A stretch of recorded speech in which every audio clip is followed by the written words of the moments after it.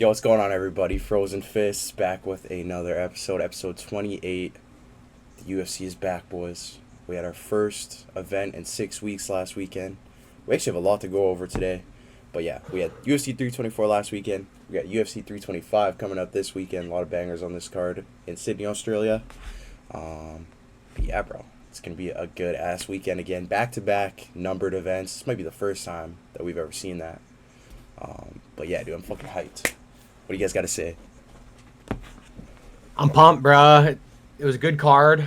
Yeah, we got another good one coming up. Got a little announcement to make this episode. I mean, people will know, obviously, based off the title and whatnot, but obviously did our first ever Frozen Fist interview. Made history. A historical moment for Frozen Fists. Very, very historical moment. Big moment for the boys. We had Cam Rowston on. Shout out to him. We'll throw the interview in, obviously, sometime later. Hope you guys enjoy that. But it was an honor to have him on as the first guest in Frozen Fist history. He's gonna go out there this week and freaking get a big dub. Yes, Said sir. he'd come back. So we'll have some more conversations with him if he's willing to do that. Yeah, man, I'm ready to just freaking rip through these notes here. I want to talk some freaking UFC, man. I'm excited. Yeah, bro. Yeah, it was a great weekend. A lot of good fights. And we got some more coming up this weekend, so pretty fired up. I also want to shout out 400 subscribers. Yes, sir. Thank you guys for subscribing, supporting, and just enjoying the pod. And yeah, shout out 400 subscribers. Let's go. Yeah, greatly appreciated of that. We're about to hit 1,500 on Instagram too. So it's yeah, things are turning upwards, man. It's really starting to come together, and I'm super hyped about that. So yeah, thank you guys. Very appreciative. But let's get into those notes. All right, starting off, we got Chris Curtis versus Mittebek Oralby for UFC Vegas 114 on March 14th. Sneaky banger. Sneaky banger. We're pretty high on Oralby, obviously. And Chris Curtis is getting back in there. Yes, sir. It'd be cool to see if Oralby can bring that dog out of Chris Curtis, because freaking Mick always down for a war. Yep. Yeah. I'm right now, as of right now, definitely I'm thinking Oralby takes that one. I agree. Yep. So we had a interesting situation at UFC 324 weigh-ins. Cameron Smotherman collapsed, fainted. Very interesting situation there. He said afterwards that he cut very little weight and isn't sure what caused him to collapse at the weigh-ins. Maybe he was low on electrolytes. Whatever it could have been. But weird situation for sure. Yeah, scary stuff. You never like to see stuff like that. That's unfortunately the reality of cutting weight. I honestly think there does need to be a better system with the weigh-ins. Maybe day of weigh-ins, so guys aren't cutting as much weight. Even though Cam said he didn't cut that much weight, but I don't know. You don't like to see stuff like this happen. Like Macy Barber had a situation not too long ago with the weight cut. Obviously you had Armin last year. That's still kind of speculation, but I don't know. I think there's definitely got to be a better way to do this. Yeah. Dude, we have seen, like, in the past, like way before we even started watching the sport, we have seen people pass out on the scale, but I think the Smotherman incident was, in my opinion, probably the worst fainting incident, if we could put it that way. Yeah, he said the weight cut wasn't bad. Wasn't the reason it happened, but you got to think, like, regardless of why it happened, like, the weight cut couldn't have done any bonuses. You know what I mean? Like, being that drained, that fucking dehydrated, man. Like, fuck, you stand up too quick and you get a little lightheaded and you could fall over type shit. You know what I'm saying? So Yeah. Who knows? Good to see he's doing well, but Doing yeah, well. man, that was unfortunate. Doing well. Shout out. Yes, sir. Yep. So performance of the night bonuses were increased from 50,000 to 100,000, doubled, and then any fighter who earns KO or submission victories get $25,000 bonus, and then if they weren't chosen as a $100,000 bonus, they get 25K. So it's pretty much went up across the board for bonuses. So that's really good to see, as we had that on our changes or additions that we would make with the UFC. So that's good to see. Great. I'm taking full credit for that. It's about time the Yep. UFC started listening to me, bro. Obviously, it'd be nice if the fighters got paid a little bit more, but giving these, bigger bonuses incentivizes them to go out there. Like you said, get a finish, you're getting an extra 25K. You have a great performance, that's another 100 bands. So for fighters who are making like 12 and 12 or whatever it is on the lower end, if you go out there, win 100 bands, that's pretty, I wouldn't say life-changing money, but you'll be sitting pretty for a little bit. So yeah. I like that. Yeah, it's long overdue. Another sneaky banger. We got Jeff Neal versus Euros Medic for UFC Houston on February 21st. Jeff Neal is scared of Kevin Hall, and that's insane, bro. Yo. Scared of... That's a very, very weird. You choose to fight Carlos Prates, but you won't fight Kevin Holland? Come on, bro. What are we doing? Euros Medic will very, like, he could slump Jeff Neal, too. Dude, he could. So, yeah, he fucking could.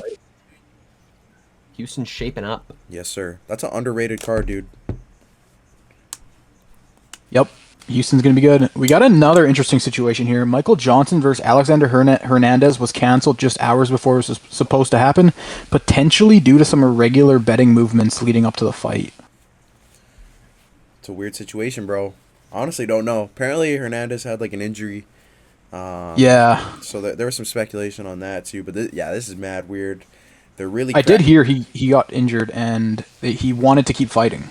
Like, he wanted to fight. It's so weird, dude. I honestly... I guess we'll probably never find out the real reasoning behind this, but UFC is rightfully so cracking down on these type of situations after the Delgarian situation. So, I mean, you got to do what you got to do. If it's right, rebook this fight, because I was low-key hyped for this one. I felt like it was a pick-em. Yeah. Felt like it could have gone either way. I was excited to watch this one. So, unlucky, but hopefully we get to see it. Yeah, I definitely think the UFC did the right thing by just pulling it off the card. Like you said, we don't want another Isaac Delgarian situation where you kind of hear about something going on kind of sketchy with the betting lines, and then the fight still happens, and then it plays out exactly how it's essentially supposed to.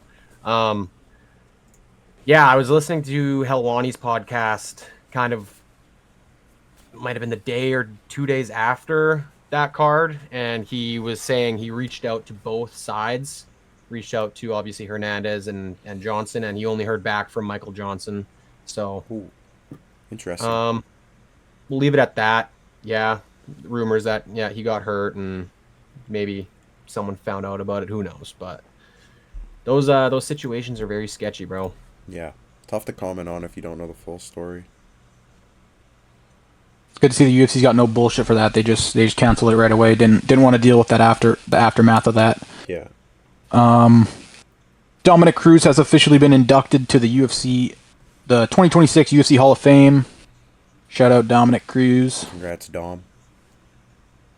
We got Waldo Cortez Acosta calling out Curtis Blades to fight next after his UFC 324 win. Banger. So This would be a good fight, dude. Called him out for That is a good fight. the start of March, I think. Bro loves the fight. You gotta respect. He wants to fight right away. Bro, if he beats Blades, that's title shot. Absolutely. I feel like he could get a title shot off the D-Lu win. Not even gonna lie to you, but Yeah. He said he wants to take Blades' head off at Houston, which is next month. oh, so he called him out for February. Dude, run it.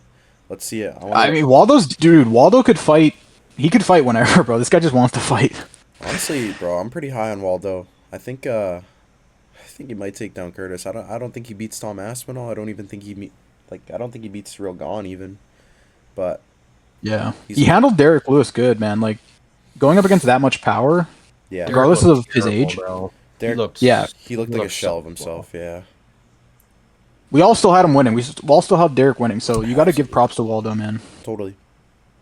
We'll get to that. I got some more things to say about that fight, but yeah. So the fight of the night for 324 was obviously Justin versus Patty. The performance of the nights went to Ty Miller, Josh Hokit, and then the finish bonuses went to Nikita Krylov and Waldo Cortez Acosta. Let's go. Good on the boys getting a little paycheck. Total of $350K was handed out. Nice. Michael Venom Page will be returning to welterweight for his next fight, and his rumored opponent will apparently be an exciting matchup for the fans. CP? That's what a lot of people are saying. I mean, bro, it does seem very realistic, you know? This is a very hard hitter versus a great counter striker. That'd be a very interesting fight, bro. Yeah. Yeah, I'd like to see how CP would handle that style that MVP brings, because we've seen like these strikers that get matched up against him, bro. Just the way he fights, Yeah. it's so hard for guys to like just be able to get those combos in, actually physically touch him up. Yeah. So for someone like Protez, like that would be not necessarily a huge test, but just the style in itself would make it very interesting to me. Yeah. Well, to be fair, I don't know if Rufy is even still a fighting nerd anymore. There's a lot of stuff going Oh, on it with sounds that. like he left. Yeah. Yeah. So I was gonna say, like, CP's got like John Silva, Rufy.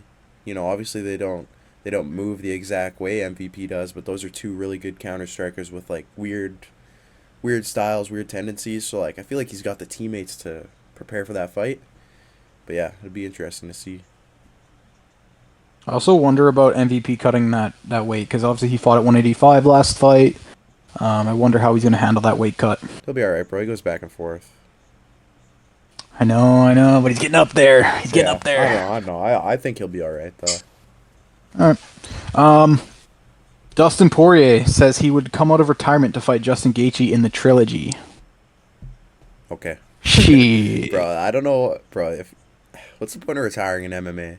I swear, guys just throw that out there and then immediately throw it out the window ASAP. Yeah. Bro, retirements mean nothing in the MMA It really world. doesn't, bro. I don't take any of those seriously. Another retirement not to take seriously, Cub Swanson has announced his return for UFC 327 on April 11th. He last competed in December of 2024 after a lot of rumors of him retiring or, stepping away, whatever. He will now face Nate Landwehr at, I think that's Miami. KV's somewhere right now very upset about that. 'cause Yeah, that's who he bro. wanted.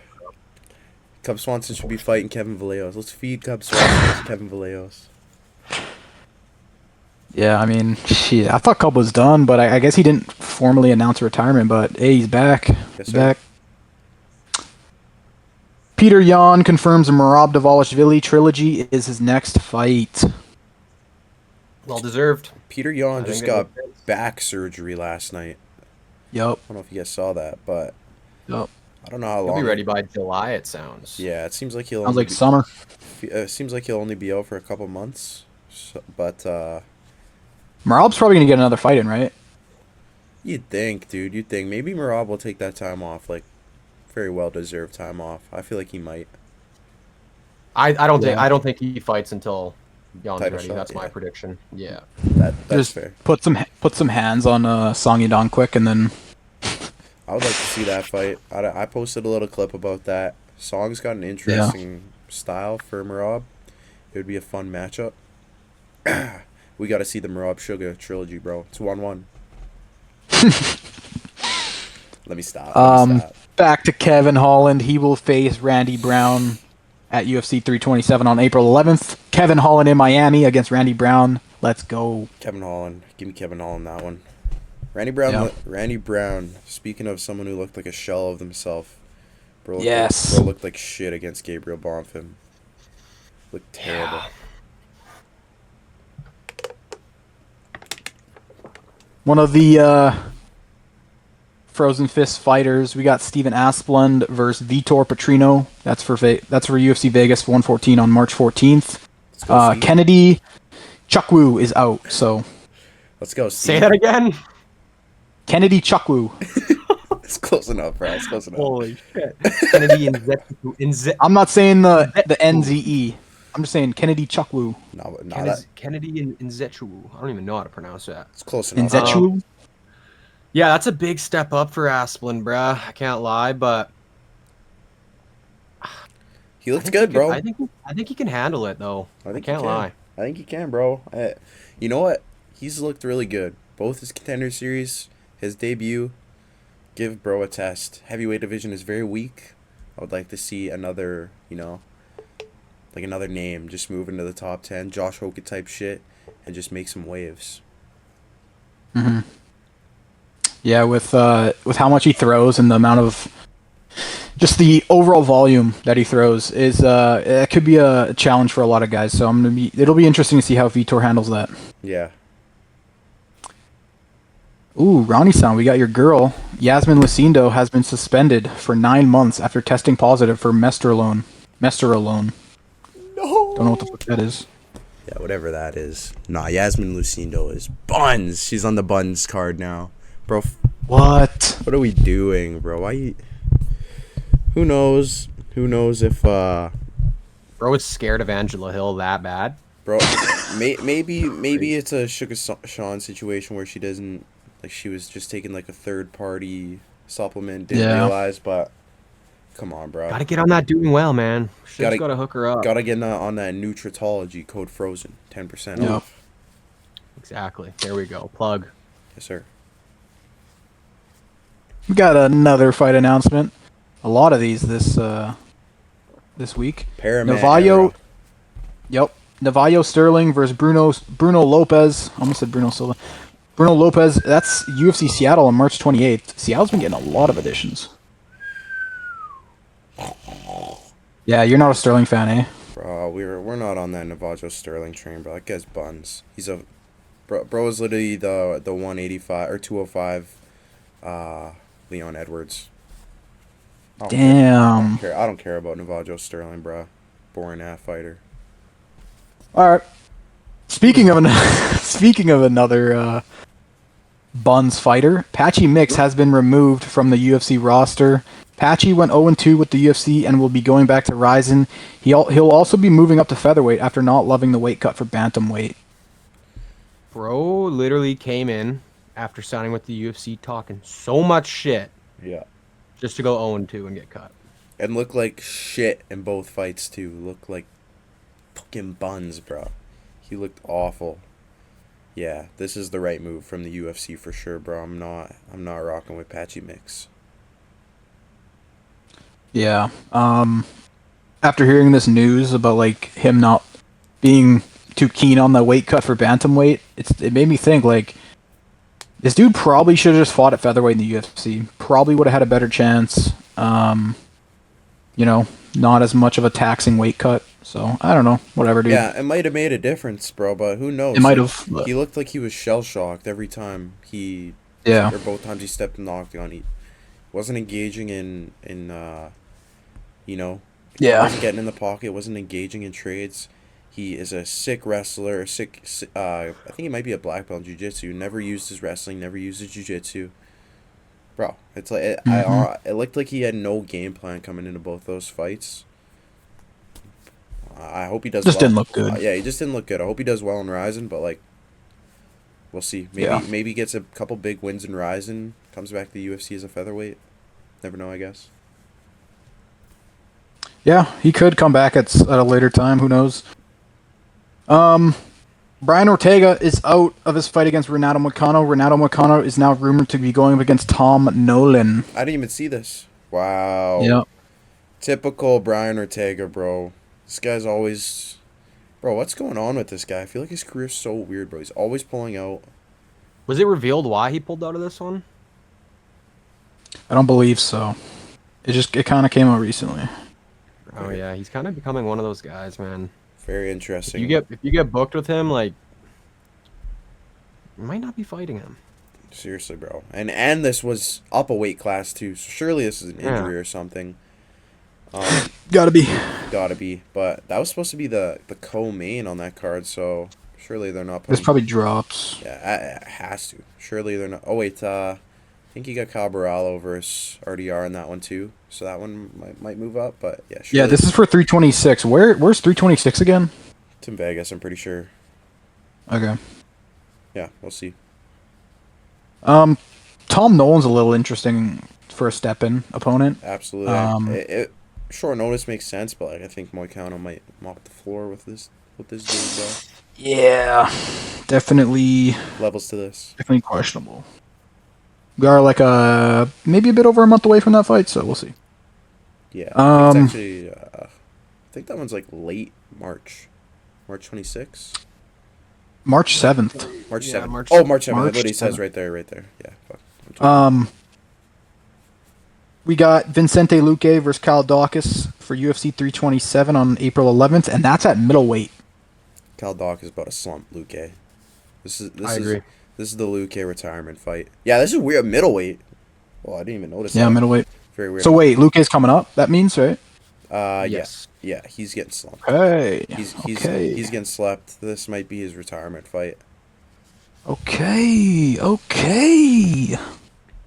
right, bro. Kyle Dawkins. The what is it? The Dark Knight? The Darce nickname? Knight. Darce Darce Knight. Knight. Yeah. Darce Knight. Darces, bro. The Darce Knight. Bro Kyle loves his Dawkins. Yeah, bro. That's it for news. I think we'll send it over to our interview now. We got I think that's good. we got the boy Cam Rowston, like we said, first Frozen Fists interview, and we got a dude fighting this weekend. Cam Rowston in the Sydney card. Australian, fighting in Australia, it's only right. Bro was by the pool for this interview, he's chilling. But yeah, we'll let you guys watch that, let you guys tune into that. Right now. Enjoy. Alright, sweet. Alright. What's going on, guys? Frozen Fists back with another episode. Our first interview. Shout out to Cam Rowston. Absolute legend for coming on. We greatly appreciate it. We've been blown off by like 3 people. So very appreciative of you coming on, Cam. First question. I mean, you've probably heard it 100 times this week, but how's fight week been? How's camp? How's everything going? Fight week's been it's been pretty sick, man. We're just chilling out here, me and the team. We're at the pool right now. Oh yeah. Thought I'd take the interview outside, away from the hotel room, get me some sun. So Hell yeah. and it was a long, hard 10-week camp, and fight week is all about just enjoying it. Hell yeah, brother. I love to hear that. All right. So, first question. Also, it's our first interview, like I said, so sorry if the questions are a bit repetitive. we're still getting used to this. But so Australia's became quite the hotbed for MMA recently. You got guys like Volk, JDM, Rob Whitaker, obviously, all having success. But you had your first amateur fight at only 19, 2014. I think you were 19, right? Yeah. So, what was the motivation behind getting into MMA? Like, was it just something that you just started? You're like, damn, okay, I'm pretty good at this. Like, what was the motivation? Nah, I didn't think I wasn't anything special at all. Like my coaches in the gym I first started at, they weren't like, oh, this guy's a fucking prospect or is a natural or anything. I just remember there was I was like the young kid in the gym, and I had a bunch of mates or a bunch of teammates who were, probably like mid-20s, late 20s at the time. They were all getting ready for fights as well. And then my coach was like, hey, do you want to take a fight as well? And then I didn't want to look like a pussy in front of all of them. So I was like, yep, all right, yep, I'll do it as well. And so then there was like 4 or 5 of us all on the same card, and it was good. It was fucking sick. Oh, yeah. That's awesome. My first question coming in, Cam. I'm Sandro. Nice to meet you, bro. It's an honor. First guest, like Aaron said.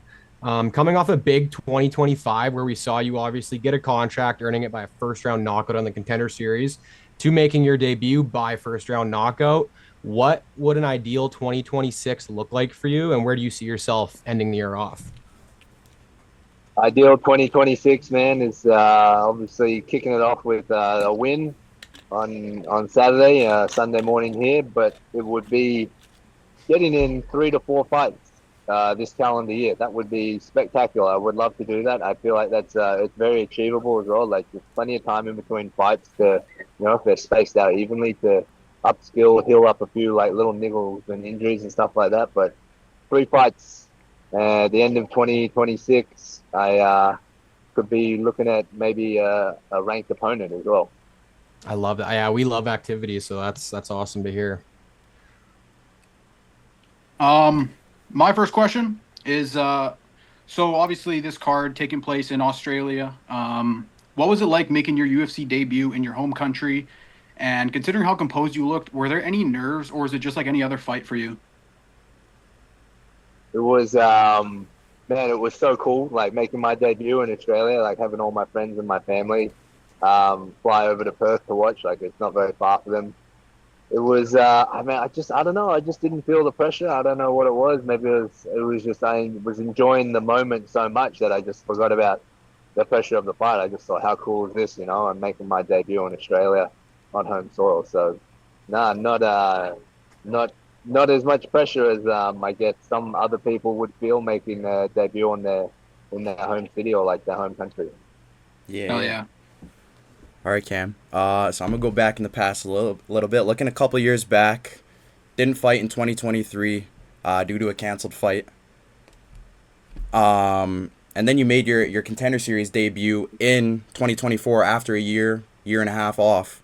Obviously, didn't win that first time, but how tough was it to rebound after that, and how much motivation did a loss like that kind of create for you? And coming into your next Contender Series fight, what was the motivation?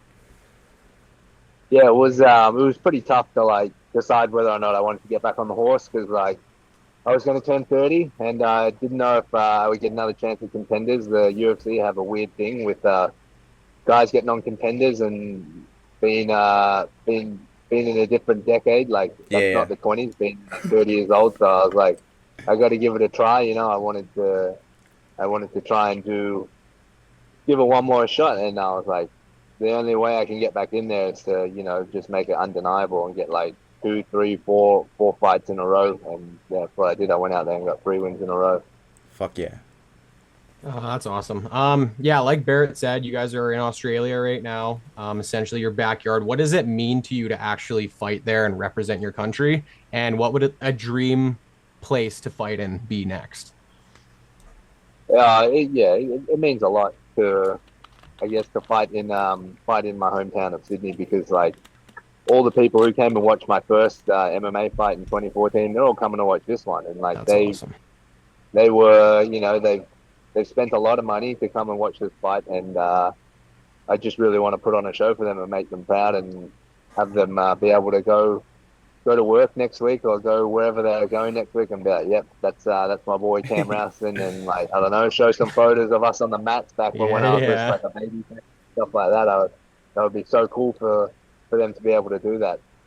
For in terms of like a dream place to go and fight, I've always wanted to go and fight in Tokyo at Saitama Super Arena, where they used to Okay. hold the giant Pride events, the giant K1 events. They have like Sammy Shilt coming out on like a crane and shit like that. I would love to go there Wow. and fight in the Super Arena. I That'd be don't awesome. I don't Yeah, I feel like remember we the don't really hear like people say that. yeah. Like usually it's like MSGs or Vegas, like the fighting hub. But yeah, that's an awesome answer. I was just gonna say, yeah, I don't even remember the last time UFC's been in Japan. So hey, Dana, if you're listening, listen to the man. Yeah, yeah. That would be sick. That would be sick. So coming off 2 first-round finishes, how exciting is it now that there's bonus money given to fighters who are able to get that finish and have that incentive? It is exciting. It is exciting that there is like a bonus for finishes, and they've increased the performance bonuses as well. I think that'll just come naturally to me. Like I've got 13 wins, 12 of those by stoppage, so I just got to go out there and do me. And to be honest, like I'm just happy with the win. They call it a bonus for a reason because it's just a bonus at the end of the day. You're just turning up for the win, and that's what I came for, a win. Yeah. Fuck yeah. Okay, Cam. Well, that's everything we got. I got one more question for you. I remember watching at the Albert Reyes card. You had a nice little celebration after you knocked the dude out. You got anything planned, for a first round knockout? Any sellies, at least any sellies planned? I always go to hit him with the John Cena. That's my guy. Go to hit him with the John Cena. You can't see me. A little 5 knuckle shuffle. Yes, sir. With, I like that. I like that. Yeah, I was a big John Cena guy when I was a kid, so that's my celebration. Fuck yeah. Okay. I Well, actually just got one more as well. I just wanted Okay. to. Did you watch the last card? And if you did, what did you think of that main event? Patty versus Justin. I thought it was probably one of the better fights that they could have put on for like a first Paramount main event. Like it's a very entertaining fight, like lots of drama in the fight. Just one of those ones that really gets people going and stuff. In terms of the intricacies of fighting and like fight IQ and technique and stuff, not quite for me. Like I'm a bit of a snob when it comes to fighting, so I kind of like lifting my nose up at it. But man, it was. I think that drew a lot of eyes and going to get a lot of like return customers of some new people that have been watching the sport for sure. Absolutely, absolutely. 100%. All right, Cam. We'll let you go. We thank you for coming on again. It's very appreciated. I'll be sending you clips or whatever, and yeah, thank you again. Thanks, Yeah, we boys. appreciate it big time. Thank you. And we're back. And we're Yeah. back. Hope you guys enjoyed that interview. That was very exciting for us. Super exciting. That was a fun time. Yeah, very, very exciting. This is a historical Frozen Fist moment, as we said earlier. And I want to give a shout out to Cam again. Very appreciative for him coming on. We've been blown off like 3 times at this point. 3 or 4 times by people for interviews. We've been blown off. Drop the names. Who was it? I'm not dropping no Come on, names, bro. bruh. We're not starting no beef with no one, but like Nah, we're professionals here, man. We But, like- understand people got schedules. They're We appreciate Cam's coming on, taking the time. yeah, End of the show, Cam Rowston, man. That's Yes, sir. crazy. If you Spo- told me, bro, when we started this shit 7 months into this, we'd be talking to UFC fighters, bro. I don't know if I'd believe you, but it's crazy, bro. It's crazy, and it's only Yeah. that was so fun, bro. it was so fun. You guys could probably see boys are a little nervous. Boys were nervous as fuck, bro. Boys were nervous as hell, but like we're Kept it quick and simple. But yeah, quick and simple. We're gonna get better at those. But yeah, it was a super cool experience, and like I said, this is only the beginning of Frozen Fist. This is only the start, so I look forward to what's to come. But yeah, that was a dope ass experience. Shout out to Cam. It just, bro, if you agree to an interview, I would like you to respect my time. Like, I took time out of my day to reach out to you, ask for an interview. If you agree to it, like I took work off a couple times to like have these interviews with the other fighters. We won't get into it, bro, Yeah. but at least this one worked I out. mean, it's one thing it's one thing if you like, you say you're gonna do an interview and then you like say like, oh, I won't be able to make it or whatever. But if you like say you're gonna do that and then you just like don't show up, it's a little weird. Yeah, I don't know. It just that rubbed me the wrong way. I'm not gonna name names again, but we'll move past that. Shout out to Cam. Shout out to Cam, and we And it'll will be be- chinning Cody Brundage this weekend. Yes, we will. We are chinning Cody, and we will have a great time speaking to Cam for the second time once he comes off that big freaking win. Yes, sir. It's gonna be awesome, bro. Yes, sir. Cam will come back on the show after he gets this win, after we spark Cody Brundage. Yup. Yeah, shout out to Cam, man. Absolute legend. And bro made his way into my top 15. Bro made his way into the ranking, the Aaron Let's Nielsen go, rankings. Aussie! Oi! So, shout out Cam. Bro, he was looking drippy too. Did you guys see that video of him walking in? It looked like a hotel or something. Had a nice little fit on, cowboy hat. I fuck with bro's haircut, bro. He's always got like the mohawk. Shit looks clean, Yeah. boy. Yeah, Yeah. Cam's the man. Cam's the man. So, shout out Cam once more. But we got some UFC 324 to break down, boys. First card breakdown in over 6 weeks, and the last one is First Dan. of the year. Yeah, first of 2026. The last one was Dan Manel Cop versus Brandon Royval. So we got some, a little bit of a funner card to talk about this time. I just want to mention a couple fights from the early prelims and the prelims. Ty Miller looked amazing. Bro's boxing is unreal. I fear how he'll do with the higher the better competition, because it seems like he's a little bit one-dimensional right now. He was a Golden Gloves boxer, super good boxing. Like, I just don't know how he'll do against higher competition right now, but I hope the best for him. He looked really good on Saturday. Got Josh Hokett, beat the shit out of Denzel Washington, Morgan Freeman. First guy in UFC history to win by middle finger TKO. Yes, first guy to win by middle finger, and then first guy to say that Brittany Griner is a man. So Or no, he didn't hump him. He rode him. He fucking rode him like a bull. He was riding him, boy. yeah, bro, Bro, what Spanking the ass hell? and shit. that was Yeah, dude. Emoting. pure domination, like pure just. There was a level Crazy, to that bro. fight. Denzel Freeman did not look good, bro. I'm gonna say that right now. That guy's one fight away from getting cut. He honestly might get cut, honestly. Oh, and I just want to add, actually, those 2 fights were the first 2 fights in UFC history to both end with 1 second left, Yep. back to back. Buzzer Pretty cool. beaters. Had a few Yep. buzzer beaters on this card, which is dope. Yeah. What was I just about to mention? Oh yeah, both those guys got $100,000 bonuses too. Yep. We got Alex Perez, Charles Johnson.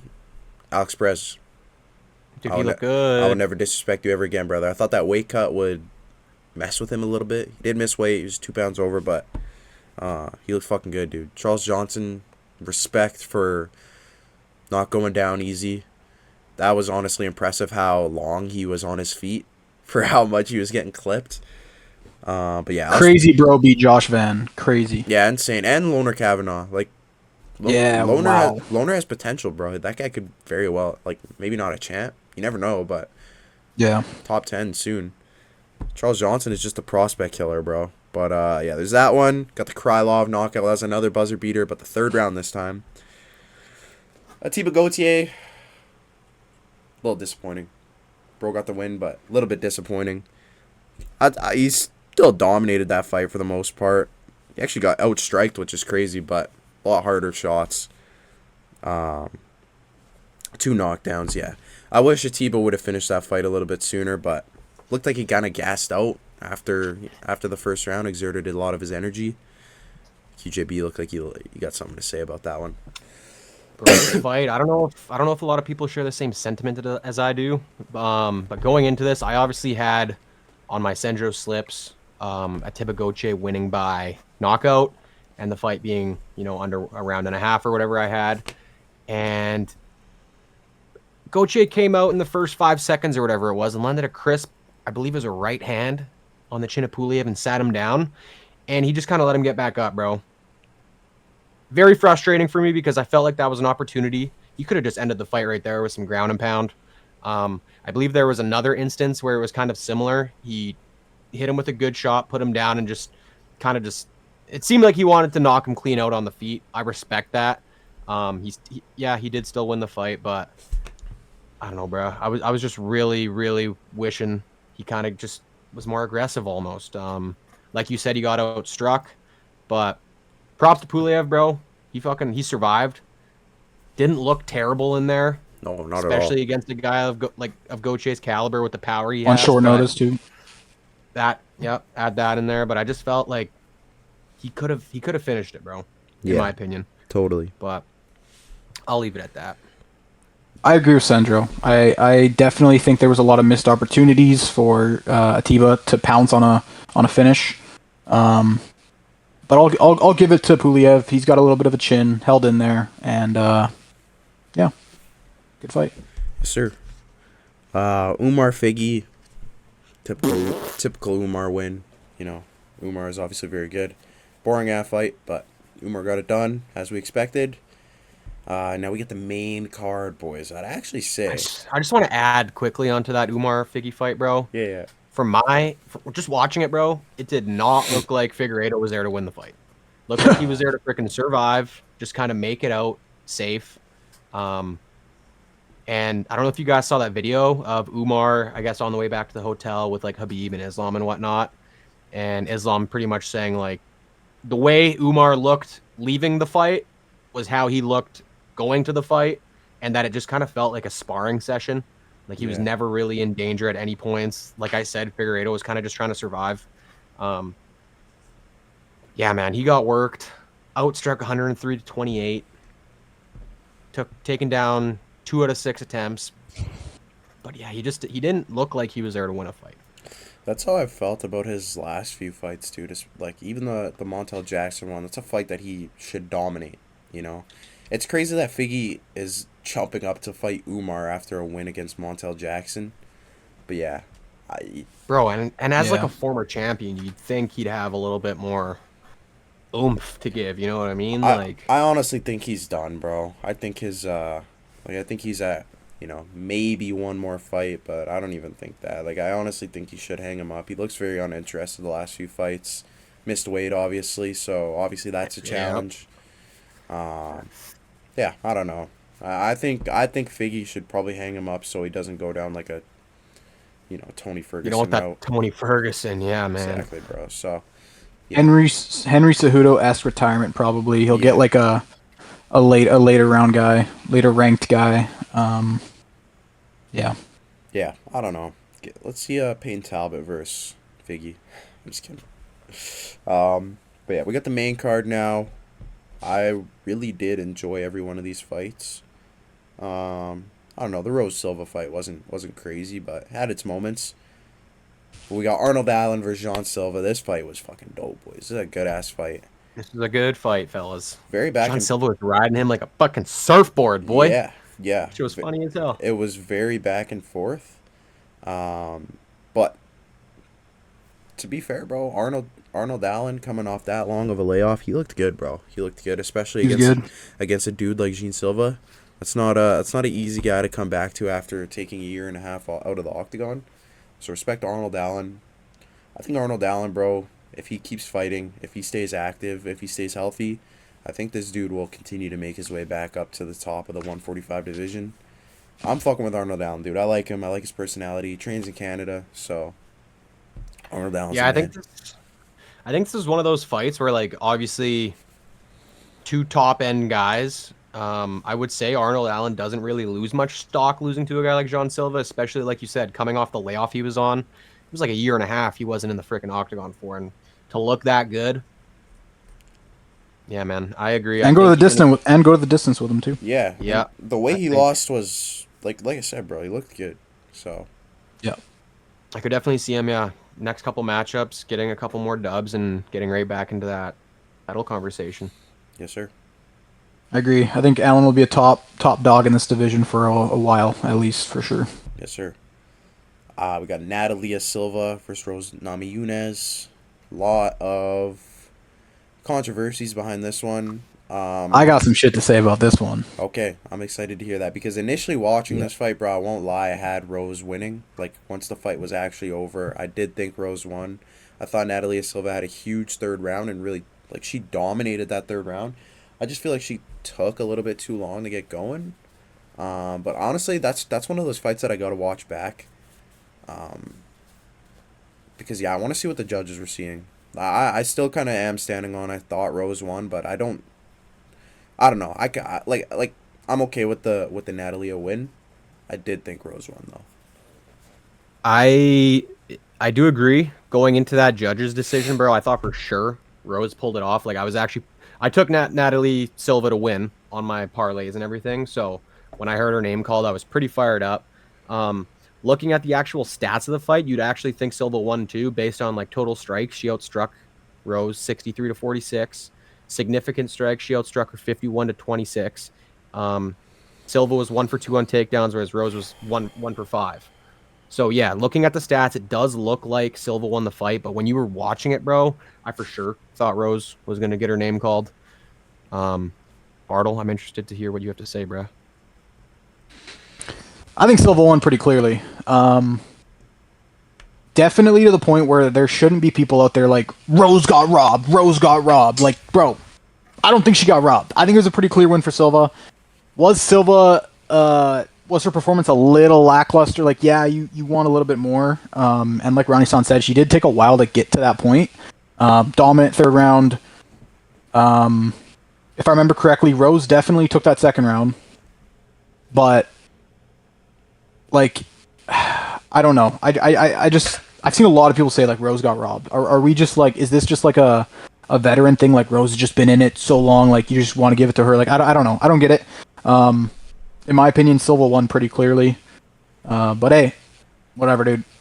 At the end of the day, Silva did win. So that's just the fan base, bro. I mean, I don't think it's fair to call any close fight a robbery if the judges give it to the fighter that a lot of people didn't think won. I think it's unfair to call that a robbery because a close fight is hard to judge, bro. Especially when you don't have replay, you don't have commentary.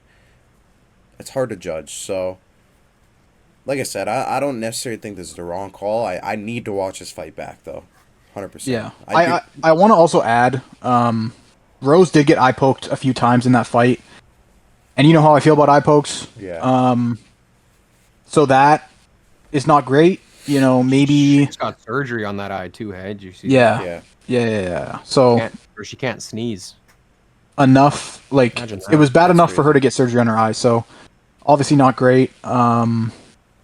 Yeah, they were also eye pokes like in action. So it was hard to pinpoint them exactly because it was just there was a lot going on. But all that being said, I'm just glad Silva won. Yeah. Natalia Silva's a baddie, bro. She's my baddie list. Yep.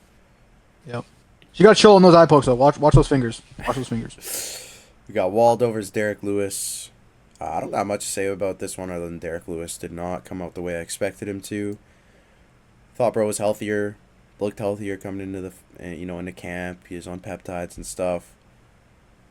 Waldo just might be legit. I don't know. I'm interested to see to hear what you have to say, QJB, because I know you had something to say. But yeah, D-Lou didn't look the best. He didn't, bro. And I knew going into this fight it was risky taking Lewis as the winner, but I was relying so heavily on that power. And like you said, bro, he looked fucking good coming into that, like his fighting camp, bro. He looked like he was in shape. Confident. Yeah, he looked very confident the way he was talking, but Waldo's fucking legit. I will not be betting against that guy unless it's against like a Cyril Gahn or a fucking Tom Aspinall. But yeah, like I said earlier, Lewis just looked very slow, bro. He didn't look like he was being aggressive, right? And then the finishing shot, bro. To me, it looked like he fucking just kind of folded, like he quit a little bit. I don't want to call Derek. I don't want to call any fucking fighter a quitter, bro, because going in there in itself is just mad respect. But to be put down by a little jab like that, I don't know, bro. Shit looked kind of weird to me, but maybe that's just the age catching up to him. Yeah. I don't know, man. Kind of looked like his knee buckled like as he was falling too. So I don't know if there's anything with that. I don't think he's came out and said anything about that, but like never know. He's a heavy ass dude, so I could see it. But yeah, didn't look the best. Yeah, he had a rough go in that fight. I don't know if there was a single moment where he looked good. He threw 8 strikes. They were probably all, if I remember correctly, all just haymakers trying to land that power punch.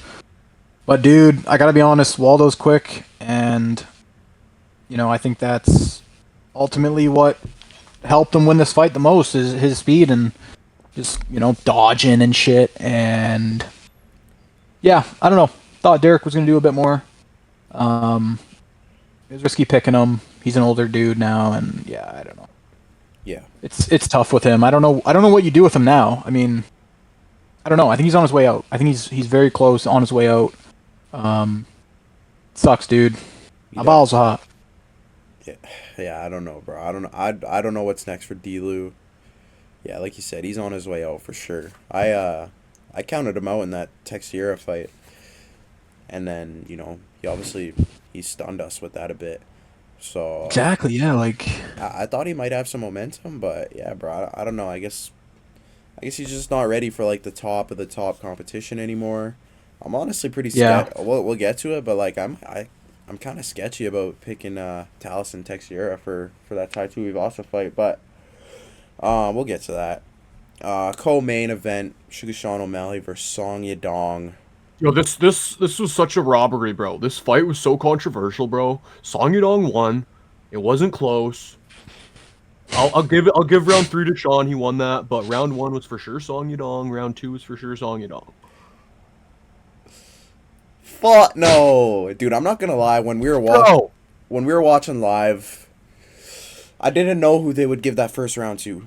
I really didn't. I remember saying to you guys, I was like, hey.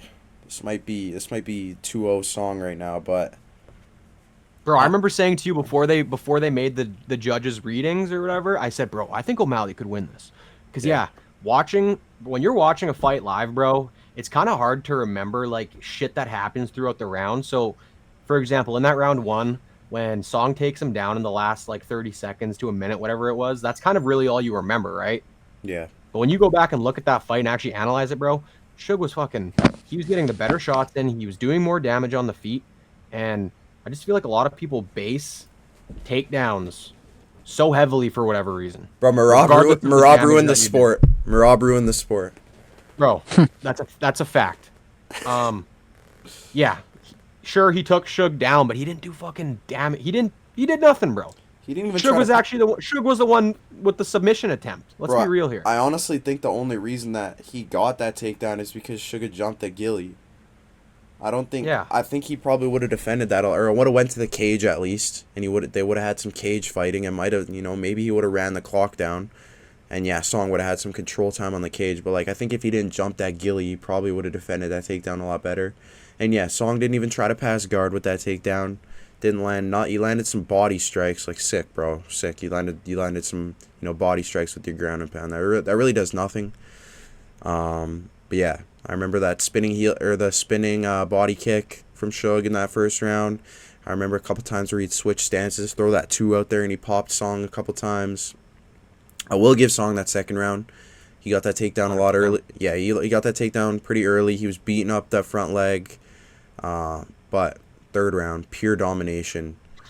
Sugar looks so good. Crispy knee up the middle, man. Fuck, that knee is so nice. So clean. I think that third round won him the fight. I think if he didn't have that good of a round, it might have been a lot closer, a lot harder to score. But I think that third round was just so dominant. That's what the judges kind of, that led them to giving him that win. But yeah, that was a clean ass third round from Suge. That knee up the middle, popped Song's nose open. I want to rewatch that fight so bad. I've been looking on YouTube every day to watch that shit back. I can't find it, but I'm trying to watch that shit back. I'm gonna be honest. Obviously, we all know we're all big Sugar Shane Glazers, but that wasn't the most entertaining fight. He said it himself, actually, on the podcast he did with Tim and Drew.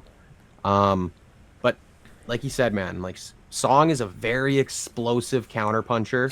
So what are you going to do when you have a guy like that, bro? You're going to kind of keep your distance and fight from range. You're not going to want to get in the pocket and trade with him. And that's what Suge did. He essentially played it safe. But, man, if that fight was a 5-rounder, I think those round 3, 4, 5, Sugar would have just been putting a clinic on. Because the way he looked in round 3, bro. Like that was a Sugar versus Cheeto right there. That's vintage Sugar right there, bro. The way he was fucking throwing those combos together. Like, bro. That knee up the middle was fucking nasty. He looks the so fucking good, knee on the chin. He's the kind of guy, he gets more momentum. It builds as the fight goes on, you know what I mean? But yeah, definitely not the most entertaining fight, but he did what he had to do to get freaking back in the win column. That's what we needed. Sugar's got to be winning fights, man. We are coming back for that belt. We are, bro. We are. are. At the end of the day, you know what, dude? You're an elite. Sorry, Barrett. I just got a little quick spiel here. All good. You got an elite striker in Sugar. One of the best top 1% talents in the UFC. Bro, you still got a game plan against a guy like Song. That's a dangerous opponent. You got a game plan. You gotta fight smart, right? You can't put yourself in a position to get fucking dropped or knocked out. Bro, that third round, yeah, he started to turn that shit. I wish that fight was 5 rounds for that reason, because I don't know if he would have put Song's lights out, because Song has never been put out in the UFC. I don't know if he's actually ever been finished. Never been knocked out. So that would have been that's an opportunity in itself right there. But yeah, I think he would have put an absolute clinic on Song. Either way, bro, I'm happy with that performance. I want to see Sugar fight again, bro. I don't want to see, like, I obviously want to see him fight for the title, bro. I want to see him fight like Corey or something. I want to see him fight. I want to see him fight Eamon Zahabi. Eamon Zahabi. Yeah, yes. Bro. Yes, bro. He was chirping the shit out of Eamon in that pod. Obviously, bro. Barrett, you can say what you need to say, and then we'll kind of keep going on this. Yeah, great fight from Sugar. I will say, coming off of that, as soon as the fight ended, I'm like, oh shit, dude. Like, I don't know who they're gonna give this to. I was low key leaning maybe a draw, like just based off coming fresh out of the fight. I'm like, man, this could be a draw maybe. Sugar obviously just landed more, did more. It seemed like, but Song looked pretty good, man. Song definitely took way more damage, and that definitely plays a factor. But my first initial thought, as soon as that fight ended, I'm like, man, I wish this was a 5-round fight, dude. Yeah. Sugar would have cooked. Yeah, that would have been sick if it was a 5-round. Yeah, that knee, that Cheeto knee, that Song 8, bro. Oh, he's lucky. He pulled up last second. Yeah. If he kept dipping, who knows? Bottom row of teeth or just back of your mouth. Yeah. Yeah, you. I don't know if he would have recovered from that if he just kept going there. Oh, bro, my God. I saw the side-by-side comparison of that knee to the Cheeto Vera one. The one he landed on Cheeto was more like on the cheekbone kind of area. This one on Song, bro, was dead straight to the chin. So, dude, I think that might have put him out. If he didn't pull up, bro, and he kept dipping, like, that might have put him out, because he was already starting to get hurt too. His nose was bleeding at that point. His mouth was open. So, bro, that might have put Song out for the first time. Bro, if only that shit would have happened, bro. Fuck. I think surely bro's got some chipped teeth there, man. Holy fuck. I think everyone on the the street would have heard us if fucking Sugar put song out there. I would have went ballistic. Yeah, we would have been streaking down fucking East Kildonan, buddy. For real. Yeah, back to the opponent discussion. I think obviously we need to see that Corey Sandhagen fight at some point, but I think the Eamon Zahabi fight actually makes a lot of sense, bro. Eamon Zahabi's on like a 7 or 8 fight winning streak right now. Crispy kickboxer. Obviously we know Sugar's a fucking crispy kickboxer. That fight it'd be a nice striking match. People are talking about Shug making, fighting for the belt next. I wouldn't be mad if we saw him just fight one more time. Exactly. Go out there, get another win, especially against a guy like Zahabi, bro. I think that's another Cheeto Vera similar kind of fight where he just goes out there and pieces the guy up. Yeah. But yeah, if we get like a Corey Sandhagen matchup, bro, I'm not mad at that either. That one's a little more scary, obviously, but the options we have. Yeah. For Sugar Sean O'Malley, bro. A lot of good options, bro. I wouldn't even be mad if you fucking matched them up against, like, I don't know, if Mario Batista gets a win or something. Or I guess they're teammates, so you can't really. They're boys, aren't they? Yeah. Fuck. That's I was true. gonna say, like, you got the Umar fight too, but yeah. Like I know Umar's looked at more of as like a striker, bro. But when He's you're gonna put up wrestle against a Sugar, striker bro. like Sean O'Malley, you're not a striker anymore, bro. And that's just gonna be a boring ass fight. I feel like he would kind of dominate Sean in the grappling aspect. I can't lie. He would.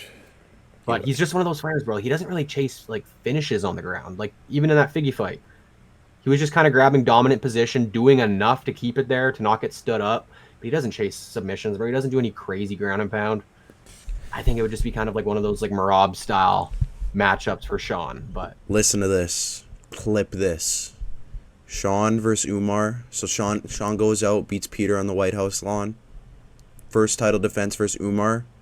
Who's in Marab's camp who's in Sean's camp helping him prepare for Umar? Marab Devashvili.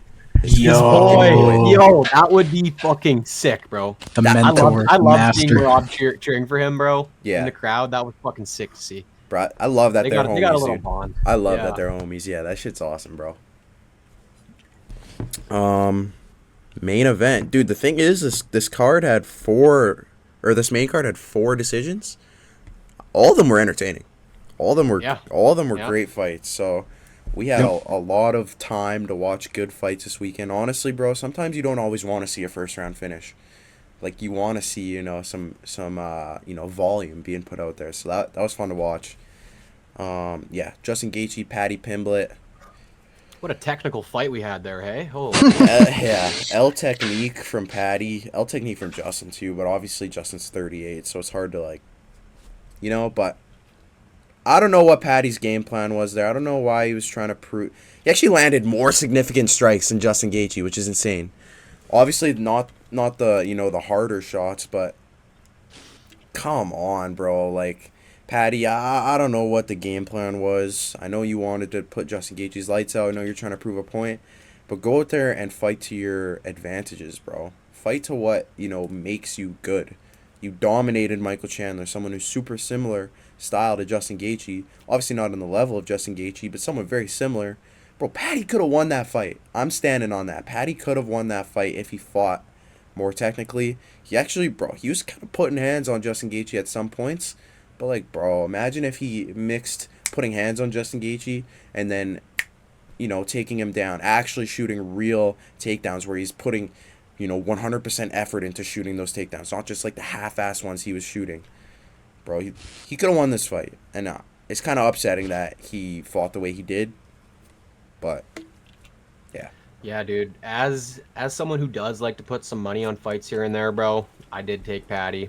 That was no secret. And again, very, very frustrating watching this fight because going into it, bro, like I said to you at hockey, bro, if I told you Justin Gaethje versus Paddy Pimblett, strictly stand and bang, no groundwork, bro, who you taking? You're obviously taking Justin Gaethje. Obviously, yeah. Obviously. Going into this fight, bro, I thought, like we've said multiple times, it was going to look a lot similar to the Michael Chandler fight. I thought we were just going to kind of see Paddy taking him down and working the ground and pound. He loves those elbows on the ground. We didn't see that. He was just willing to stand there. He said the day before to Dana White or something like that, he's like, I'm going to knock Justin Gaethje out. Okay. Respectable, but you're there to win a belt, bro. Like, why aren't you mixing up the shit that got you to the point you're at? I don't know, man. It was frustrating. Obviously, Gaethje hit him with that fucking nice shot to like the solar plex or whatever. I don't think he was really the same after that. Maybe that actually played a role into why he wasn't shooting proper takedowns. It does say he went 0 for 5 on takedowns. I don't really remember him shooting 5 times. I remember him getting like rocked, and then as he was on the ground, like still getting hit by Justin Gaethje, like very minimally grabbing a single leg. But like, bro, I mean, if Justin Gaethje, just dropped you, he's already sprawled out. That single leg isn't doing nothing. I think they count those as like takedown attempts, but yeah, I don't know. Yeah, man, that was definitely an entertaining fight. Like we said, it wasn't very technical, just kind of like a bar fight. But that's what's entertaining. That's what people like to see. People who don't really, they're not in the gym training this sport. They just like watching as a fan. Like that is the entertaining aspect of it. Guys who just go out there and fucking throw crazy. But yeah, Justin Gaethje, he showed up, bro. He showed up. Yeah. I gotta say, I definitely respect Patty for going out there and trying to stand and bang with Gaethje. Unfortunately, that is just not how anyone should, especially Patty's skill sets and all that. That's just not how you go into a fight against Justin Gaethje. And I would have liked to see him utilize his groundwork, a lot more. Yeah, I don't get him going out there and saying he's gonna knock out Paddy Pimblett. I get hyping up the fight and all that. Oh yeah, I'm gonna knock out Justin Gaethje, but you're not a power guy. You don't got power. Your hands aren't that. Nothing spectacular with your hands. So you're definitely you weren't. He did rock Gaethje a couple times. He did. He did, yeah, but that's like nothing crazy though. It's not like Justin Gaethje. Yeah, he's tough, but it's not like he has like a. It's not like he's known for his chin. It's not like he's tough, but like, I don't know. I don't know. Obviously, we've seen Patty drop dudes before. A little bit more earlier in his career, but like, bro, there's just. I will say, mad respect though, bro. Scousers do not get knocked out. Fuck yeah. Fuck. Definitely. I'm definitely just like a little annoyed though that Patty didn't utilize his skill set more in this fight. Bro, I wanted to see some Patty domination, bro. I genuinely think he could have won that fight, bro. Like, I still think that. I'm standing on that shit. I think he could have won that fight. I don't know, bro. I'm in the same boat. If he wasn't stubborn with just standing banging with Justin Gaethje, I think he could have. I think there's ways he could have really swayed this fight in his, in his way. I think he could have. Yeah, I just think he could have done more with his skills, bro. I don't know. Yeah, for sure. This fight does make me realize. I'm pretty sure I said it probably during the fight. Holy shit, this Ilia Topuria starts both these guys or what? Bro, you could say that for Arman Tsarukyan too. Holy shit. Yeah, Arman Tsarukyan dominates both of them.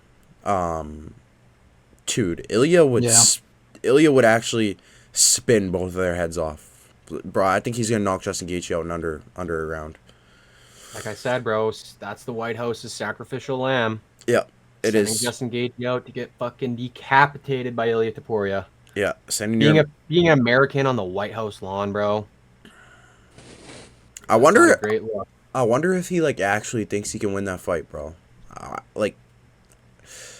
don't know, bro. I feel like sometimes you gotta realize you're outmatched. We've seen Ilia chin 3 legends already. Are we really gonna see him chin a 4th one? At the end of the day, bro, you never know. That's the thing. You never know. I know Ilia's got all this power, bro, but at the end of the day, there's Pantoja situations out there, man. You really never know. Yeah, I don't know. I said you never know about Volk. I said you never know about Max Holloway. I said you never know about Charles Oliveira. Bro, I think I gotta stop. I think I gotta stop saying you never know about the guys that Ilia's fighting. I think honestly the only guy. Ilia's definitely knocking out Gaethje, but I'm just saying you do never know. You do never know. That's the truth. That is the truth of the fight game. But bro, I honestly think the only guy who gives Ilia a tough fight in the 3 divisions that he could fight in is Islam Makhachev. I think he beats a lot of those 170ers, to be honest. I'm a Glazer. I like Ilia. I think he beats Ian Gary. I think he could beat. I don't actually, dude. Give me Ilia versus CP. 2 hard hitters. Dude, that'd be a crazy fight, bro. I mean, Ilia's a lot smaller, but I don't fucking know, dude. I don't know at this point with the UFC. The UFC is always just throwing me through loopholes. I don't know. I'm an Ilya Glazer. Yeah, man. Overall, it was a good card. It was entertaining. A lot of the outcomes weren't what we expected, but I think at the end of the day, that after that main event, I'm like, man, this shit really meant nothing because at the end of the day, you're getting knocked out by Ilya Topuria. So No, seriously, bro. Like that, they just whoever on. wins is getting knocked out. It's literally it's actually so guaranteed that whoever won that fight was getting chin next, especially after Like, sure, seeing you get to hold the interim belt for a little bit, but at the end of the day, you're holding that for that you're borrowing it. Bro, you're getting borrowing that sacrificed. You're actually much, yeah. You're getting sacrificed. As unfortunate as it is, you're getting fucking sacrificed. It's an unfortunate outcome. It's like you're watching your impending doom. It's coming on you. Pause. Hey. It's you're watching it. It's coming at you, bro. Really Ilya is. Topuria is slowly coming on you. Pause. Ooh. Coming at you. Man, alright. If you say so, bro. But yeah, it was a good card. I thought overall depth-wise throughout the card, very solid, very good. A lot of bangers. The fights that went the distance were very entertaining.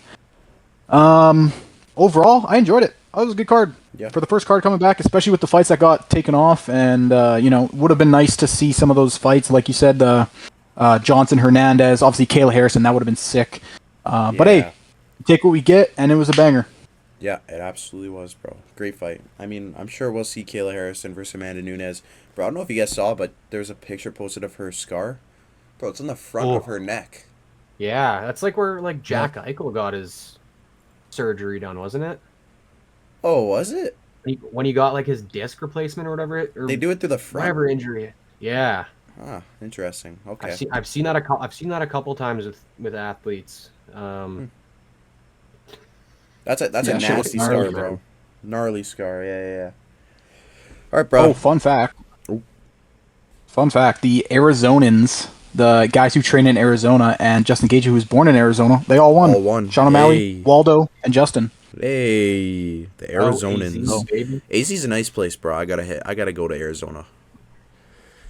Okay, bro. QJB's been there, right? I have not. Oh, who knows? I'm thinking of Trey. Let's hit up Arizona soon, boys. That'd be a fun I ass would trip. love to go there, bro. Anyways, we Go got say what's up to Sugar. Sugar Sean? go train at the Red Hawk. That'd be dope. Go to the Pickle Dojo. Oh, I want Schmitty to make me a coffee there, bro. yo, I need a coffee from Schmitty. Schmitty's the goat. Schmitty the goat. All right, boys. We got UFC 326 to cover now. Back to back, 325. or 325. Sorry, 325. My bad. Back to back numbered cards. First time we've ever seen that. I actually don't know if that's ever been done in history of the UFC. I'm sure it has, but It has once before, okay. very long ago. But That's dope. So we're experiencing some history here, boys. It's the Paramount era. I'm very excited for this card. It's not as deep as 324 was, but we got a lot of great fights, especially on the main card. The early prelims got Aaron Tao versus Namsray Batbayar. I like this Aaron Tao dude. He's an Aussie. He's got that cool ass face tag. 11-1. He's got a lot of power, boys. He's got a lot of power. I'm taking Aaron Tao in this one. A lot of power for a 125er. That's really the only notable early prelim. You got Colin Ofley fighting too, but like that's nothing crazy. A lot of these guys on the early prelims, I've kind of looked into them a little bit. People are saying a lot of these guys are killers, man. I've heard Don Marfam, whatever his name is. Apparently he's pretty good. Bro, like the first 4 fights on this card is all guys making their debut.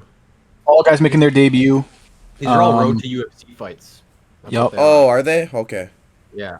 Yep. And apparently a lot of these guys are killers, man. So Yeah. Yizha's apparently pretty good. But yeah, I think if they all show up, bro, these could be some entertaining bouts. They absolutely could be, bro. Yeah. I mean, if they're fighting, does that mean they're fighting for contracts? I think it's weird, bro. I think they're gonna be going down as official UFC fights, but it's technically road to the UFC. I don't exactly know how that works, but Interesting. Yeah, it's all UFC debuts essentially. Okay.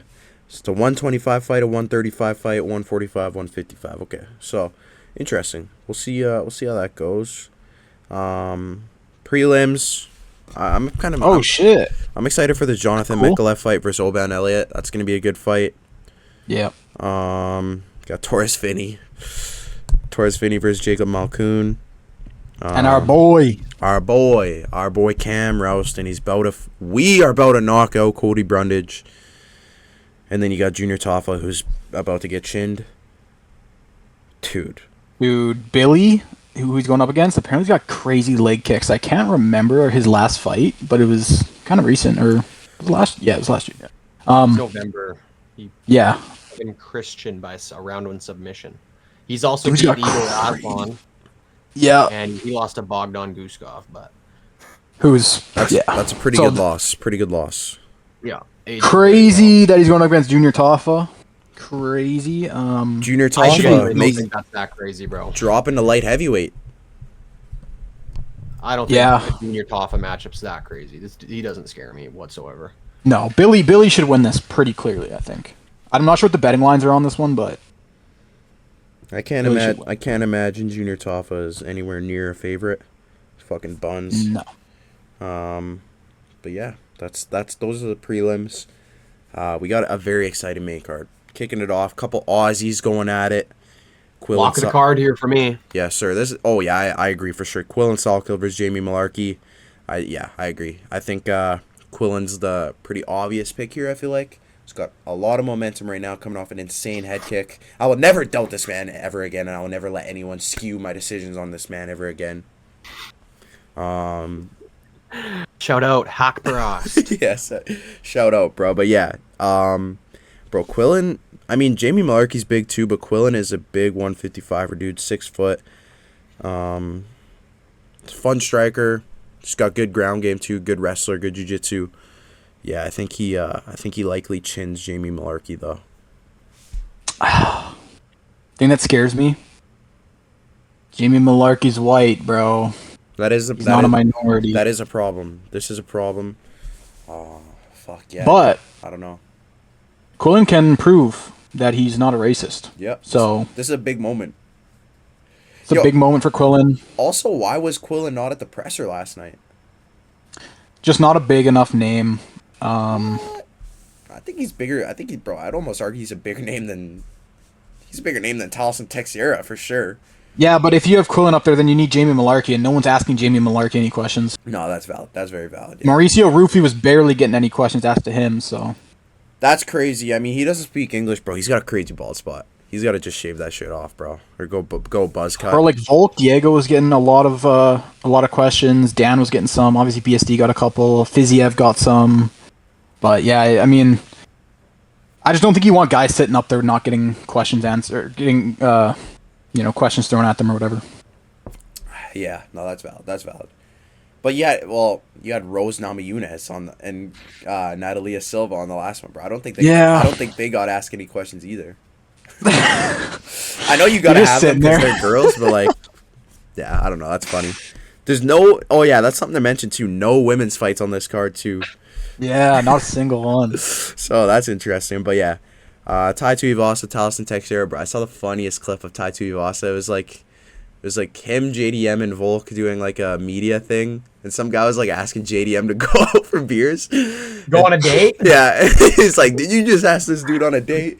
Get the fuck out of here!" Is what he said. It's just so funny, bro. I gotta find that. But, bro, I'm a little sketched out. This is a do or die fight for Ty, bro. Yeah, it is. And you know what, dude? I think Taliesin. I think he might be a fraud. I think he could definitely be a fraud, bro. He doesn't have a great resume. He obviously lost to Derek Lewis, and Derek Lewis is a legend of heavyweight division. This dude has, one of, if not the heaviest hitters in UFC history. But like, bro, I just think I think he's gonna get fraud checked, bro. I could truly see it happening, but I took Teixeira because I just feel like statistically you got a dude who's 6'7" versus a dude who's 6'2". Much younger. Yeah, a lot, or not a lot, but 6 years younger. way bigger reach. And Ty is used to that. He is a shorter heavyweight. But bro, I don't know. I'm very suspect about Teixeira for sure. Yeah, I am also taking Taliesin to win this fight. I'm not super confident in it. Like I said, this is a do or die fight for Ty, bro. He's coming in losing 5 in a row. Obviously, he's been fighting like top contenders. He actually ended up dropping Cyril Gane in their fight. Bro, we were this fucking close to seeing Tai Tuivasa versus John Jones for that belt. What a fucking crazy outcome that could have been. What a time. But Crazy timeline. yeah, man, I just think Ty knowing like it can't be 6 in a row, bro. If that's the case, you might as well just hang him up. He's gonna come out wanting a win, but I don't know, bro. It's hard. I'm taking Taliesin just based off obviously size. We've seen this guy knock people out. And like you said, losing to Derek, yeah. Derek's an older guy, but he has that power. He's very fast. Like it was a 35-second knockout. We didn't really get to see how Taliesin would hold up against Derek Lewis. Yeah, I don't know, man. I got really nothing much else to say. Yeah, definitely very similar to the Waldo Derek Lewis fight last weekend. Not confident in either guy. But I got Taliesin. And shit, man. This is gonna be an interesting fight. These heavyweight fights are always a toss-up, bro, in my opinion. But for the most part, yeah. For the most part. Yeah, especially like a situation like this, bro. You got a guy who's like kind of is kind of a fraud, and then you got on the other side a dude who is established but is on a dirty losing streak. So, yeah, it's tough. But I do think Ty's gonna be very hungry to get a win.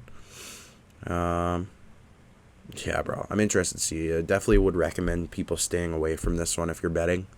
But Rafael Fiziev versus Mauricio Rufy. Oh, bro. This is a frozen fist fight of the night. Fight to watch. Dude, this shit's going to be a banger. This shit is going to be a banger. Again, though, who the fuck wins this one? I do not know. I keep flip-flopping, bro. I told you guys, all right, I got Fiziev. I was pretty confident in it. And then I listened to a couple pods, heard some people giving their insight.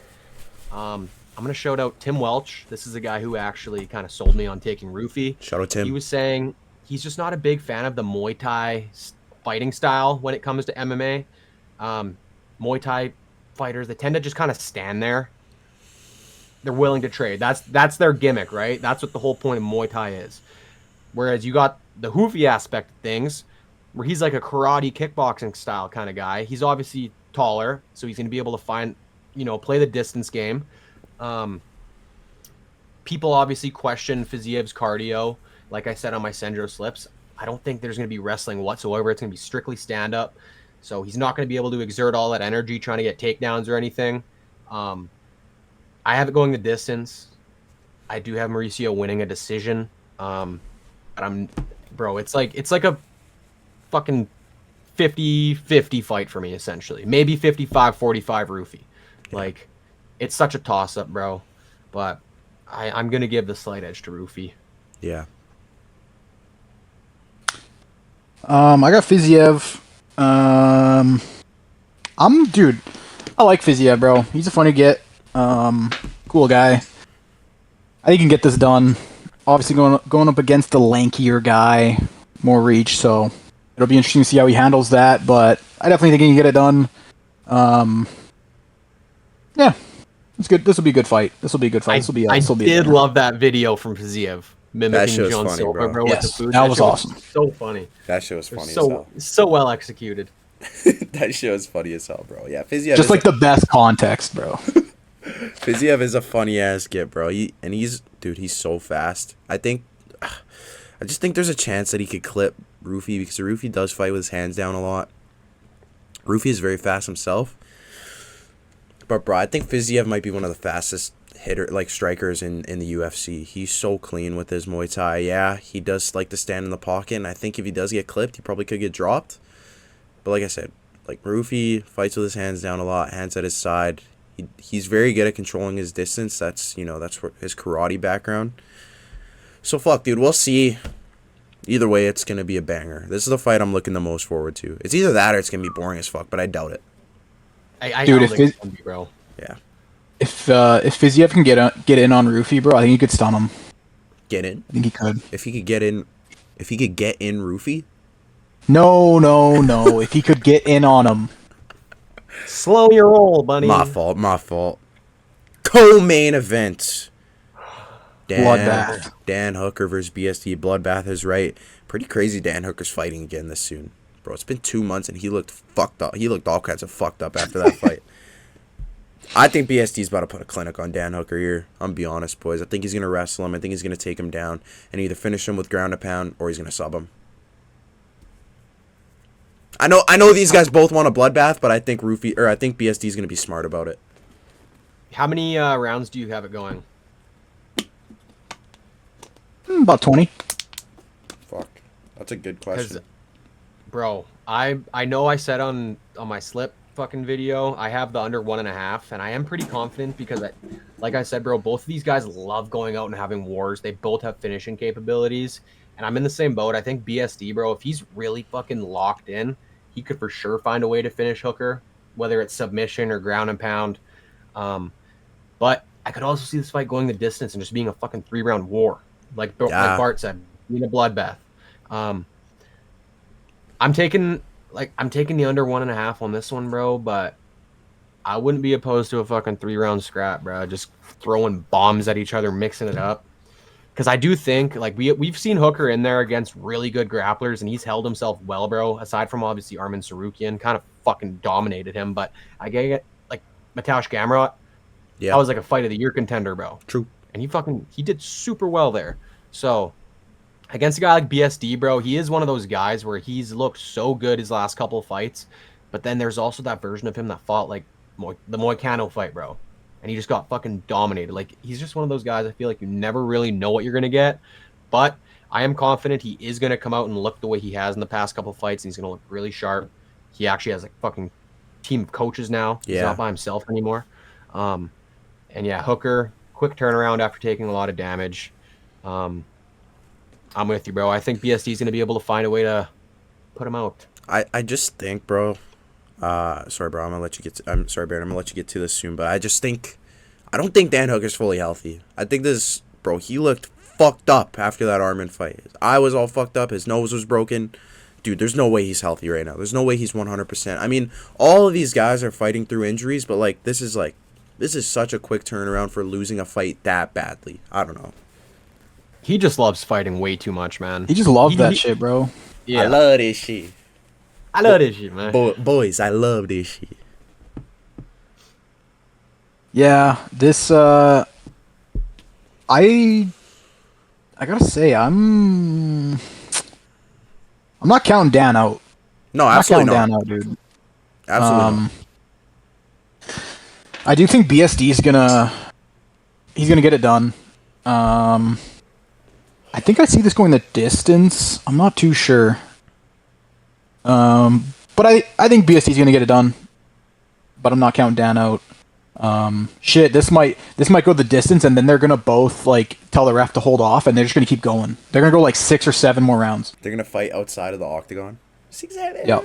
No, they're gonna fight in the octagon, but they're just gonna keep going. Like the buzzer will go, but they'll just keep going. Because they love that shit, bro. They want a war. Shit. Yeah. No, that is also a very that is a fight of the night potential as well. We could add a couple fights to watch. There's gonna be some money given out for sure. Potential. Oh, for sure. Yeah, definitely. Main event. Ooh! It's a tough one for Barrett. This is a great night and a tough night for Barrett. It's kind of like a win-win, lose-lose, kind of like win-lose, win-loss. It's tough, bro. Yeah, no, I know what you mean. We got the man Volk, 145 legend, probably the GOAT 145er, versus Diego Lopez. Wow, boys, wow. This is a super hard fight to pick. You know what, dude? Volk is an absolute legend. I think Diego, bro, he was, like, distraught after losing that first time against Volk. I think he's learned a lot. He looked really good against Jean Silva. He recovered well from getting picked apart for a little bit in that second round. I think Diego is just. I think he's gonna make the necessary adjustments, and I think he's gonna get it done this weekend. I really do. He's the bigger man. The reach is only an inch longer, which is kind of crazy, but actually an inch is very big, bro. What am I talking about? An inch is actually an inch is way too big. An inch is a lot, bro. An inch is way too big, but a lot. But yeah, I do think Diego Lopez gets his get back this weekend. That being said, if Volk wins, I'm not surprised at all. This dude's a legend. Yeah, I'm in the opposite boat, bro. I got Volk winning. I don't think that the adjustments Diego is going to make are going to be enough to beat Volkanovski. I just think he's too good, bro. Like I said to you, I think really the only people he loses to are the Ilia Toporias, the Islam Makhachevs. The first fight with Diego Lopez was super close. We obviously saw him get dropped. Diego fucking dropped him nicely, but Volkanovski's just fucking way too good in my eyes to lose to Diego Lopez, but it wouldn't surprise me if somehow Lopez is able to pull it off. I just can't see him beating Volkanovski in like a 5-round decision. I just think Volk's got the experience. He knows how to win those kind of fights. He's done it multiple times in the past. I think, if anything, Diego, if he's going to win, it's going to be putting Volk out. That'll be tough to watch. It'll be tough to watch, and I hope we don't see it, bro. Will I be mad if Lopez wins? No, but I would love to see Volkanovski. Like he said, he's not retiring, bro. He wants a quick turnaround after this fight. I want to just see him keep fucking adding to the legacy. You know what I mean? Yeah. I am even like, when this fight was announced, bro, the same way a lot of the community was, we weren't super hyped about it. Basically because we just saw it, right? Like, this is Volkanovski's, he's back-to-back against Diego Lopez.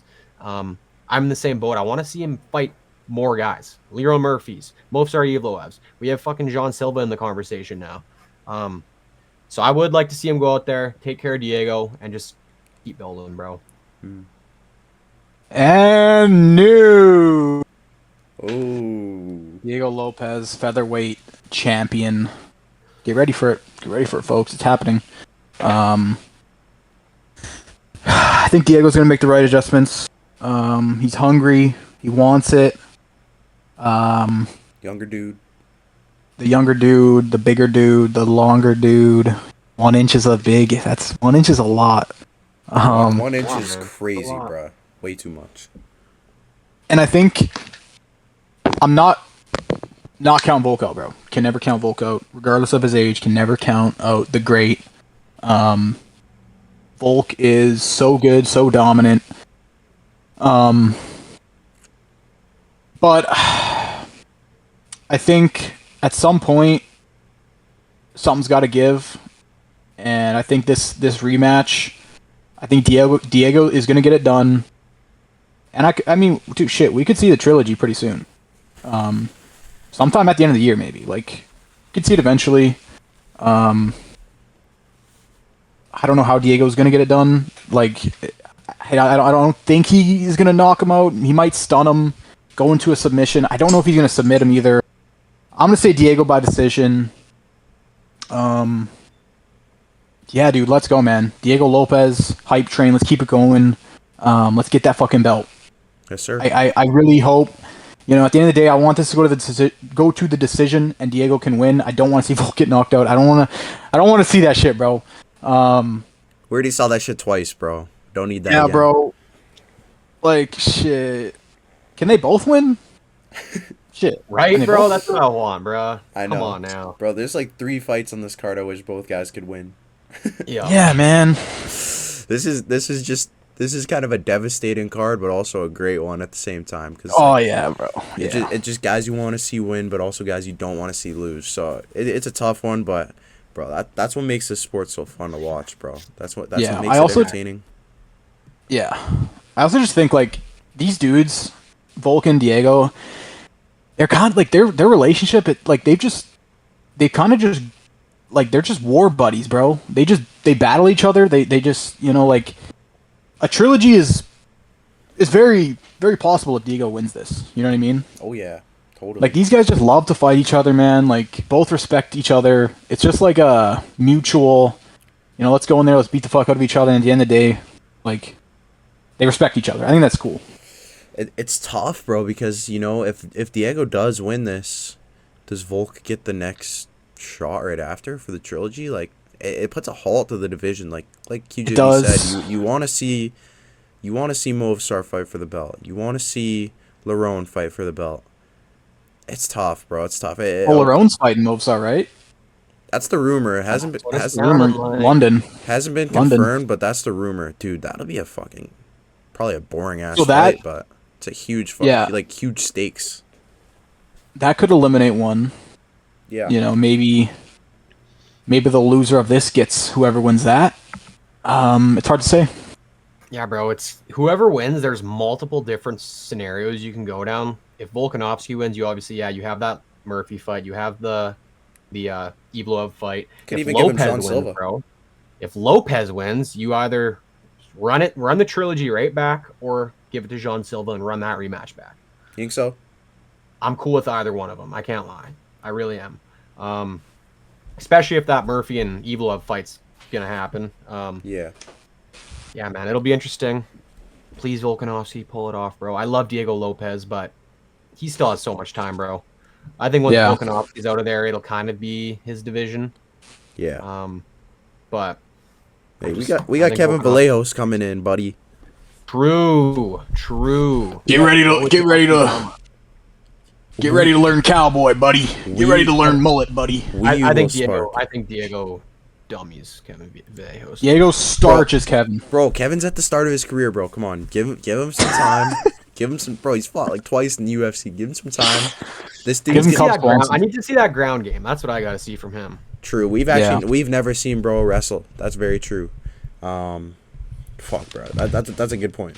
You got guys like Aljo. He's up there still. Yeah. I think the loser of Movistar versus Lerone should fight. I want to see John Silva fight one of those guys. And then I would like to see Arnold Allen fight again, bro. Maybe give like Arnold Allen versus Yusuf Zalal. Yusuf Zalal's coming off a win. Arnold Allen coming off a loss. I think that's decent matchmaking. Bro, I wouldn't even mind seeing Aljo and Evloev again. That fight was fun. That fight was a fun little grappling exchange, like. And I think both guys do need one more fight, like one more win. Aljo, he's who's he coming out at? Brian Ortega. Obviously, kind of picked apart Brian Ortega, but like I don't really count that. Like that's not a huge win to me, in my opinion. And Movistar is obviously just super inactive. So like I think both guys need a fight. But yeah, bro, that's a good little shout. Man, 145 is a busy division, man. It is. There's a lot of stuff you can make. I feel like, bro, honestly, I feel like a lot of these divisions are in a really good spot right now, except for like. I mean, even heavyweight though. You got Poton moving up. You got there's a lot of stuff like with the Tom Aspinall situation. You never really know what's gonna happen there. You got Waldo coming in. You got Josh Hokett coming in. Steve Asplin making a big jump. Bro, the UFC's in a good spot right now. I'm not gonna lie. It definitely is. All right, bro. That concludes. Good episode. Episode 28. We're yapping, but that concludes episode 28. Yeah, big episode for us. First interview, Cam Rowston. Shout out one more time, Cam Rowston, for coming on. I don't know if he'll watch this full episode. Probably not, but either way, hopefully all the Cam Rowston fans enjoyed that interview. Much appreciated. Much appreciated. Shout the Aussies. Yeah. Some clicks for Cam. Yeah, Aussies are legends. We're the honorary Aussies here. Canadians at heart. We're the honorary Aussies though. And yeah, it was a great episode. We got a great weekend coming up, and then a week off again, unfortunately, but then we're right back at it with an Apex card. And yeah, bro, it's been fun. You guys got anything to add? Got nothing else to add, boys. It was fun. We're finally back in the groove of things. The UFC's back in full force. Like you said, shout out Cam for coming on, being the first guest in history. And that's really it, boys. I got nothing else to say. It was a fun episode. Yeah. Yeah, thank you guys for watching. Thank you for 400 subs. And, been it. Peace the frick out, Frozen Fist Fight fans. Enjoy UFC 325. Let's go. Peace.